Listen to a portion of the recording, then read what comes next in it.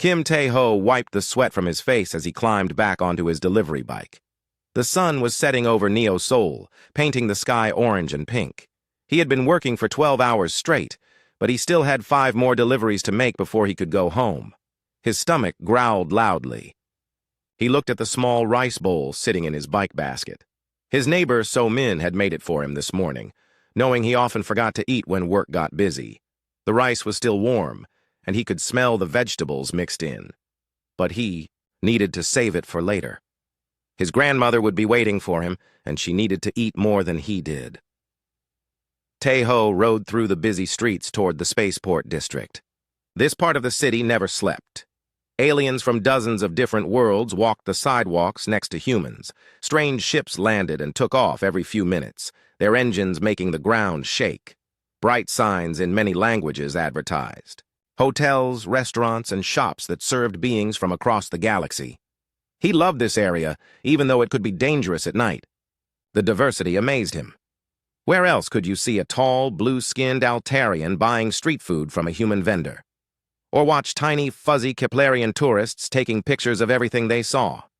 Each species brought their own culture, food, and stories to Earth. As Tae-ho turned into a narrow alley between 2 apartment buildings, his headlight caught something moving in the shadows. He slowed down and saw a figure sitting against the wall. At first he thought it might be another human, but as he got closer, he realized it was an alien. The creature was humanoid, but clearly not human. Her skin had a pale, silvery color that seemed to glow softly in the dim light. Her hair was long and white, almost transparent. She was thin, too thin, and her clothes were torn and dirty. She sat with her knees pulled up to her chest, shivering in the cool evening air. Tae-ho stopped his bike. Most people would have kept driving. The spaceport district had many homeless beings, both human and alien. The government tried to help, but there were always more who fell through the cracks.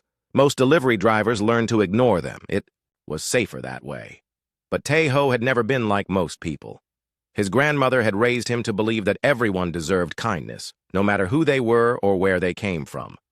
She used to say, "A person's worth is not measured by what they have, but by what they give to others." He got off his bike and walked slowly toward the alien woman. She looked up at him with large silver eyes that seemed to hold great sadness. He could see she was afraid. Many aliens who ended up on the streets had bad experiences with humans who saw them as unwanted outsiders. "Hello," Tae-ho said softly, raising his hands to show he meant no harm. The alien woman did not respond. She probably did not speak Korean or English. He pointed to himself and said, "Tae-ho." Then he pointed to her and raised his eyebrows in a question. After a long moment, she whispered something in a language he had never heard before. The sounds were musical, like wind chimes. Tae-ho reached into his bike basket and pulled out So-min's rice bowl. The alien woman's eyes grew wide as he held it out to her. She shook her head and tried to push it away, but he insisted, placing it gently on the ground in front of her. "Eat," he said, making eating motions with his hands. "Food. Good." The woman stared at the bowl, then at him. Tears began to flow down her silver cheeks. She picked up the bowl with shaking hands and took a small bite. Her eyes closed, and she made a sound of pleasure. She was clearly very hungry. As she ate, Tae-ho noticed she was still shivering. Without thinking, he took off his delivery jacket and draped it around her shoulders. It was the only jacket he owned, and he would be cold. Riding home, but she needed it more than he did. The alien woman looked up at him in shock. She touched the jacket, then looked at him again. She said something in her musical language, and even though he could not understand the words, he could hear the gratitude in her voice. "It's okay," he said, smiling. "You keep it warm." He stayed with her while she finished eating, even though he knew he was falling behind on his deliveries. When she was done, she handed the empty bowl back to him and bowed deeply. Tae-ho bowed back, the way his grandmother had taught him to show respect. As he prepared to leave, the alien woman reached into her torn clothing and pulled out something small and shiny. She held it out to him, but he shook his head and gently pushed her hand back. "No payment," he said. "Friend help friend." The woman's eyes filled with tears again. She clutched his jacket closer around herself and nodded. Tae-ho got back on his bike and waved goodbye. As he rode away, He felt good, despite being hungry and cold. His grandmother always said that helping others was the best way to help yourself. He did not understand what she meant when he was younger, but now he did. Making someone else's day better somehow made his own problems seem smaller. Behind him, the alien woman watched until his bike disappeared around the corner. She was no ordinary beggar. Queen Narration of the Celestial Dominion had traveled to dozens of worlds, met hundreds of potential suitors, and been disappointed by them all. Wealthy princes and powerful leaders had offered her riches and armies, but none had shown her simple kindness. This young human had given her his only food and his only jacket, asking nothing in return. He had treated her with dignity when she appeared to have nothing to offer him. For the first time in years, Narration felt something she had almost given up on finding: hope. She pulled the warm jacket tighter around herself and smiled. Tomorrow, she would wait for him to pass by again. The next evening, Tae-ho rode through the same alley.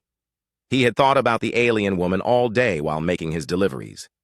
He wondered if she was still there, if she was safe, if she had found somewhere warm to sleep.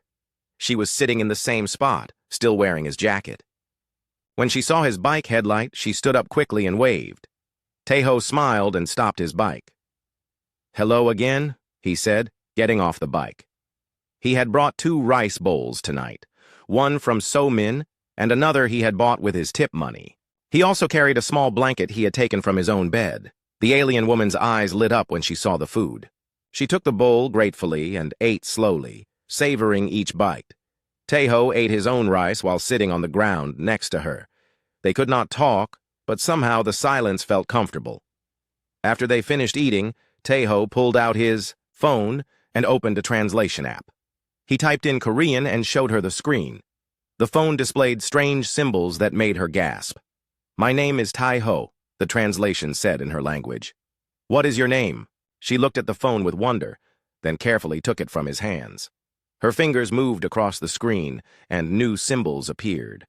The app translated back to Korean. "My name is Nara. Thank you for your kindness." Tae-ho grinned. "Nice to meet you, Nara." Over the following days, this became their routine. Every evening after his deliveries, Tae-ho would stop in the alley. He brought food, sometimes a thermos of hot tea, occasionally small gifts like soap or clean socks. They used the translation app to have simple conversations. Nara learned that Tae-ho lived with his sick grandmother. His parents had died in a transport accident when he was 16. He worked 2 jobs to pay for his grandmother's medicine and their tiny apartment. Despite his struggles, he always seemed happy. "Why do you smile so much?" Nara asked one night through the app. Tae-ho thought for a moment before typing back. "My grandmother says that if you can make one person's day better, your own day becomes better too. Also, smiling costs nothing but can be worth everything." Nara stared at those words for a long time. In her world, people competed for power and wealth. Kindness was seen as weakness. But here was a human who had almost nothing, yet gave freely, to a stranger. Tae-ho began teaching her about human culture. He showed her pictures of Korean food on his phone and explained holidays and traditions.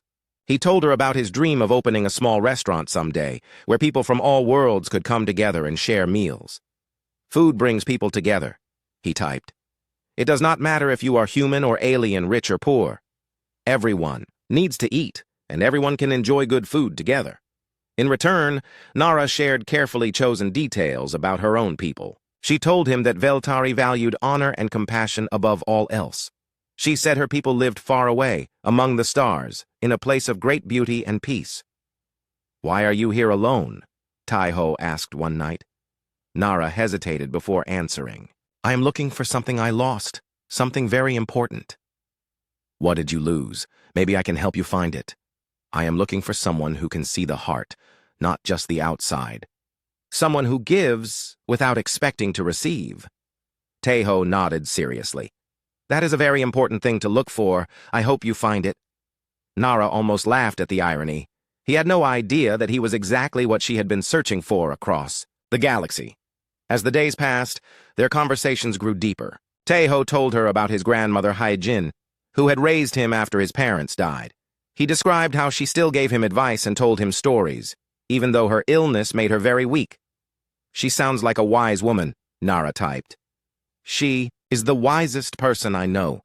She taught me that every person has value, no matter who they are or where they come from. She says that kindness is the only language that everyone in the universe can understand. These words touched something deep in Nara's heart. She had been raised by servants and tutors, taught to be strong and distant. No one had ever spoken to her about kindness being a strength. One evening, Taeho arrived looking worried. My grandmother is getting sicker, he explained through the app. The medicine costs more money than I can make. I might need to get a third job. Nara wanted desperately to help him. She had access to medical technology that could cure his grandmother instantly. But she could not reveal who she really was, not yet. She needed to be sure that his kindness was genuine, not motivated by her wealth and power. Instead, she offered what comfort she could. She took his hand and squeezed it gently. Even though they came from different worlds, the gesture of friendship needed no translation. You are a good grandson, she typed. Your grandmother is lucky to have you. That night, after Taeho left, Nara sat alone in the alley thinking about everything she had learned. In her 3 years of searching, she had met princes who offered her armies, merchants who offered her riches, and scholars who offered her knowledge. But none of them had offered her what this simple human gave freely every day, genuine care for another being's well-being. She thought about the political pressure. Back home, her advisors sent her daily messages, urging her to choose a husband quickly. The neighboring star systems were beginning to see her unmarried status as a sign of weakness. Some were even making threats, testing the borders of her territory. But how could she go back to those cold, calculating suitors when she had found someone who gave away his only jacket to keep a stranger warm? How could she marry someone who wanted her crown when she had found someone who wanted nothing but to share? A simple meal? For the first time since beginning her search, Queen Naralyn began to believe that she might have found what she was looking for. The question was, what would happen when he discovered who she really was?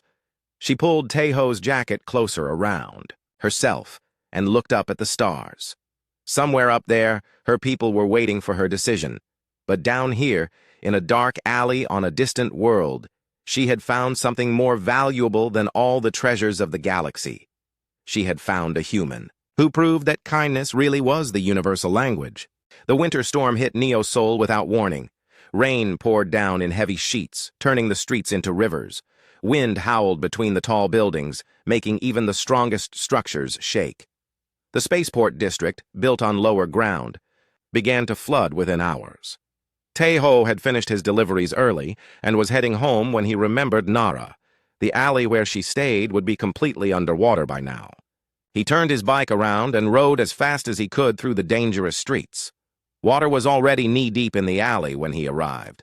Nara was pressed against the wall on a pile of garbage, trying to stay above the rising flood. His jacket was soaked through and she was shivering violently. Nara! He called out, splashing through the water toward her. She looked up at him with relief and fear. The water was still rising and debris was floating past them. It was not safe to stay here. Taeho did not hesitate. He waded over to her and helped her to her feet. Come, he said, taking her hand. My home. Safe. Nara shook her head and tried to pull away. Through the translation app, she typed with wet fingers, I cannot. I have nothing to give you. You give me friendship, Taeho typed back quickly. That is enough. Come now before water gets higher. He led her through the flooded streets to his apartment building. It was old and small, but it was on higher ground and built to last. They climbed 3 flights of stairs to his tiny apartment. Taeho opened the door and called out, Grandmother, I brought a friend who needs help. An old woman's voice came from the bedroom. Bring her in, Taeho. Anyone caught in this storm is welcome here. Taeho's grandmother, Hee-jin, was lying in bed, but she sat up when they entered. Her face was pale and thin from illness, but her eyes were bright and kind. She looked at Nara without any surprise or fear, as if alien visitors were perfectly normal. Oh, you poor thing, Hee-jin said gently. Look how cold and wet you are. Taeho, get some dry clothes and warm blankets. Taeho hurried to find clean, dry clothes for Nara. The apartment was very small, just 2 rooms and a tiny kitchen, but it was warm and clean and filled with the smell of herbal tea. While Nara changed into dry clothes, Hye-jin called Tae-ho to the kitchen. "She is not what she appears to be," the old woman whispered. "What do you mean?" Tae-ho asked. "Look at her hands.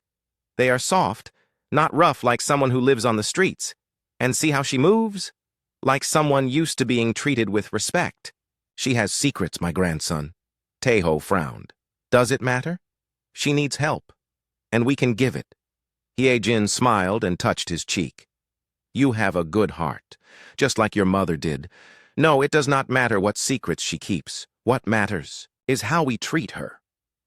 When Nara came back out, wearing Tae-ho's spare clothes, Hye-jin patted the bed beside her. "Sit with me, child.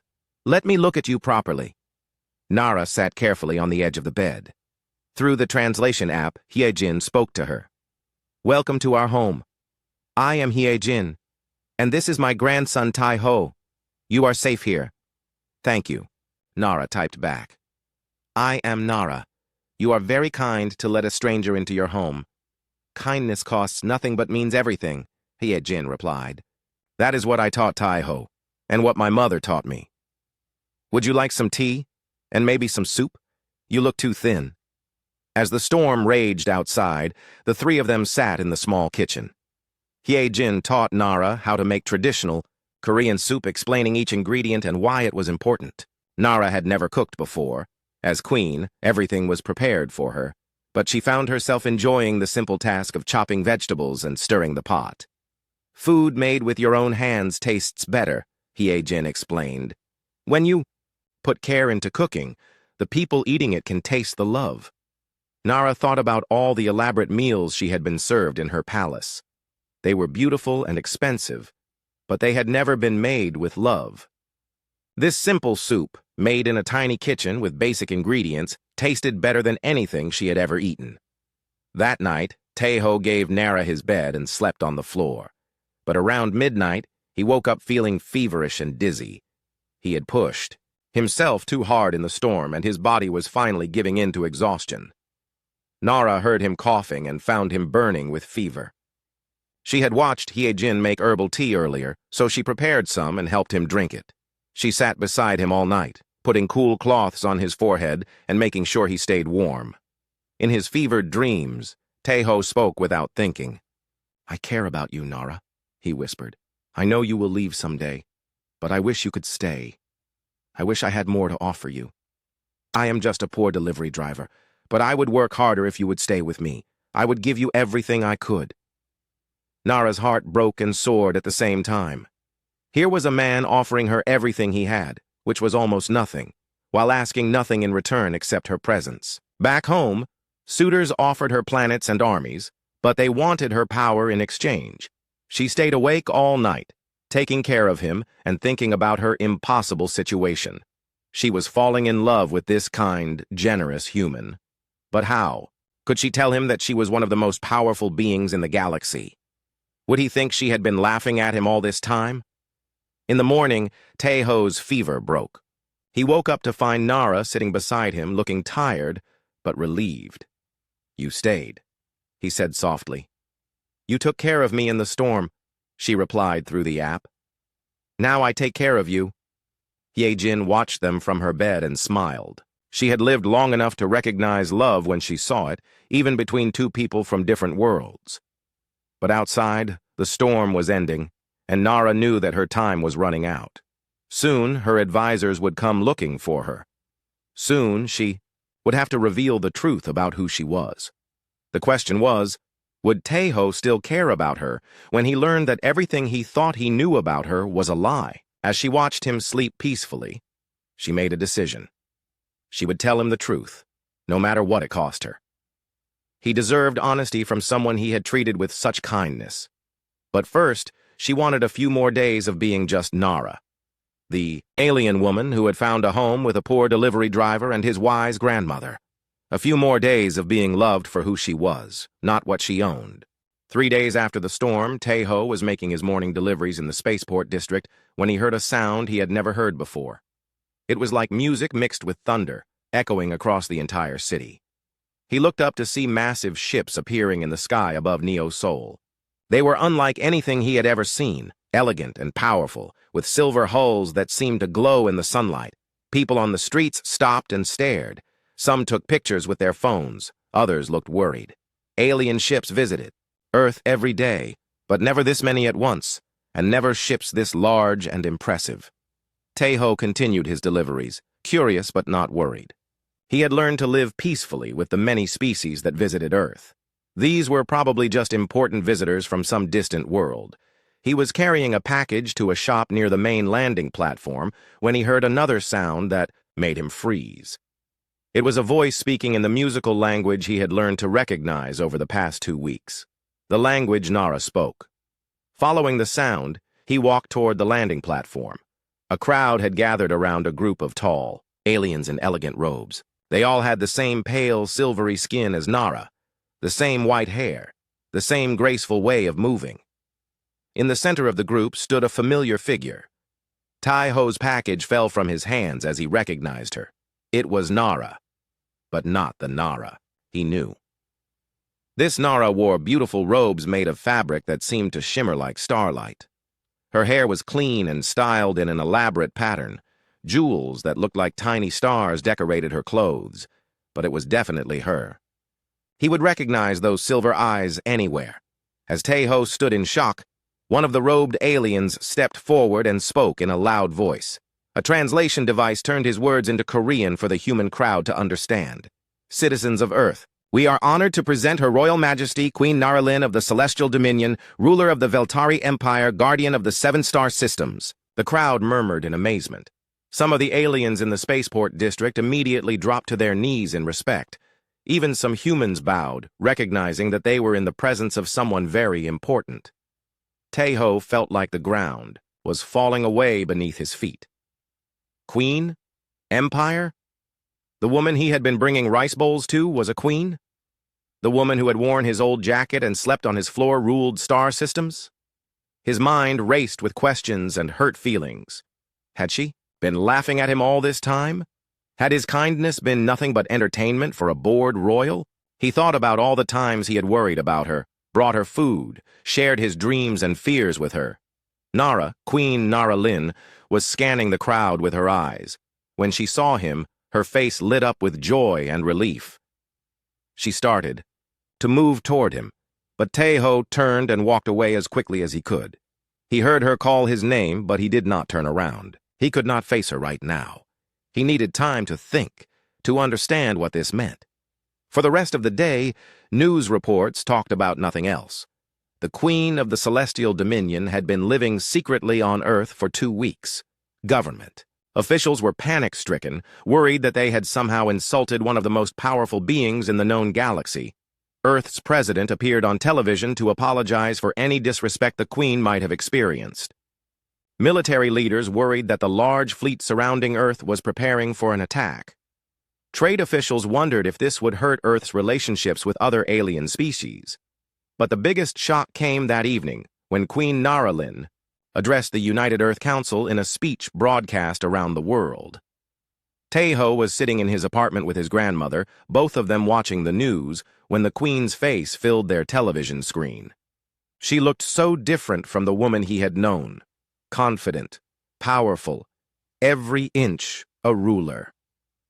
People of Earth, she began, her words translated into dozens of languages simultaneously. I come before you to explain my presence on your world, and to make a request that will change the relationship between our peoples forever. Hee-Jin reached over and took Taeho's hand. She could see the pain in his eyes. In my culture, the Queen continued, those who wish to marry must prove their worth through trials of character. For 3 years, I have traveled the galaxy, testing potential suitors by appearing before them in disguise as someone poor and in need of help. Taeho's heart sank. So he had been nothing but a test after all. On dozens of worlds, I met princes and leaders who offered me wealth and power, but none showed me simple kindness when they thought I had nothing to give in return. None proved that they valued compassion over profit or love over status. The queen paused, and when she spoke again, her voice was softer, more emotional. Until I came to Earth. Until I met a young man who gave a stranger his only meal and his only jacket, asking nothing in return. A man who brought food to someone he thought was homeless night after night, simply because it was the right thing to do. A man who opened his home to an alien in need, even though he had almost nothing to share. Taeho's eyes widened. She was talking about him. In front of the entire world, she was talking about him. This man showed me what I had been searching. For across the stars, a heart that gives without expecting to receive. A spirit that sees need and responds with kindness, regardless of species or status. In him, I found the partner I have been seeking. The queen looked directly into the camera, and Taeho felt as if she was looking right at him. Kim Taeho of Neo Soul, you have won my heart through your compassion and your character.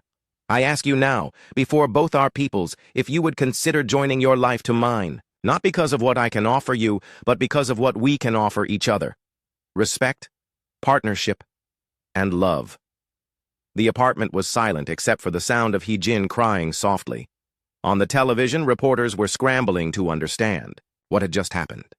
The queen of an alien empire had just proposed to a delivery driver from Seoul. She loves you, Hee-jin whispered. She really loves you.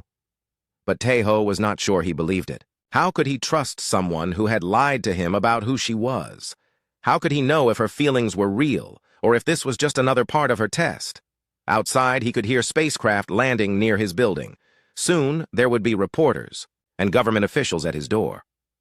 His quiet life was over forever, whether he said yes or no to the queen's proposal. He looked at his grandmother, the wisest person he knew, hoping she could help him understand what he should do next. For 3 days, Taeho refused to see anyone. Government officials, reporters, and even representatives from the queen herself came to his door, but he would not talk to them. He sat in his small apartment, confused and hurt, while his grandmother watched him with worried eyes. On the 4th morning, Hye-jin asked him to sit beside her bed. Her illness had been getting worse, and she looked very tired, but her voice was still strong. "Tell me what is in your heart," she said gently. "I do not know what to feel," Taeho replied. "She lied to me, grandmother. For 2 weeks she let me think she was a homeless refugee. I gave her my food, my jacket, my bed. I worried about her safety. And all that time she was testing me like a laboratory animal." Hye-jin nodded slowly. "Yes, she did lie about who she was. But tell me, grandson, when you brought her food, did you do it because you thought she was a queen?" "No, of course not." "When you gave her your jacket, was it because you wanted something from her?" "No, I gave it because she was cold." "When you brought her to our home during the storm, did you do it hoping for a reward?" Taeho sighed. "No, I did it because it was right." Hye-jin smiled. "Then her test changed nothing about who you are. You showed her your true character, and it was beautiful. The question now is, what did she show you?" "I do not understand." "Think, my wise grandson. She is a queen. She could have stayed in luxury, safe and comfortable. Instead, she chose to live on the streets, cold and hungry and alone, just to find someone who would love her for her heart instead of her crown. That is not cruelty. That is courage." Taeho had not thought of it that way. He began to remember how Nara had acted during their time together. She had been genuinely grateful for every small kindness. She had worked beside him and his grandmother, learning to cook and clean. She had cared for him when he was sick, staying awake all night to make sure he was safe. "But she is a queen," he said. "I am nobody, a poor delivery driver who lives in a tiny apartment. What could I possibly offer someone like her?" Hee-jin reached out and touched his face. "You offered her everything she could not buy with all her wealth. Genuine love, respect, and kindness without conditions. You treated her like family when you thought she had nothing. That is not something a person can find easily, even among the stars." Before Taeho could respond, there was a soft knock on the door. He opened it to find a young woman in a simple dress, carrying a small bag. "My name is Dr. So-young," she said quietly. "I am a friend of Queen Naralin. She asked me to bring something for your grandmother." The woman opened her bag and pulled out a small, glowing device.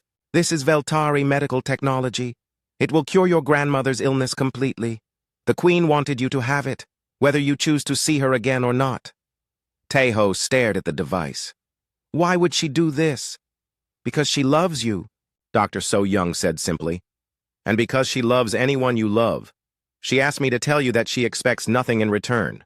This is not a bribe or a test. It is simply a gift from someone who cares about your happiness. After the doctor left, Taeho sat beside his grandmother's bed and watched the device work. Within hours, color was returning to Hye-jin's cheeks. Her breathing became easier, and her eyes grew brighter. She did this for you, Hye-jin whispered. Even though you refused to see her, even though she might lose you forever, she made sure I would be healthy again. That evening, Taeho learned that the Queen had done something else. His dream restaurant, the one he had told her about during their conversations in the alley, had been fully funded by an anonymous donor. The building was bought, the equipment installed, everything ready for him to start his new life. Again, there were no conditions, no strings attached. Just a gift from someone who had listened to his dreams and wanted to help make them come true. Taeho finally understood what his grandmother had been trying to tell him. Nara had not been testing him. She had been trying to find someone worthy of her love.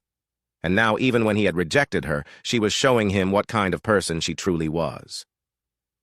The next morning, news reports said that Queen Naralyn was preparing to leave Earth.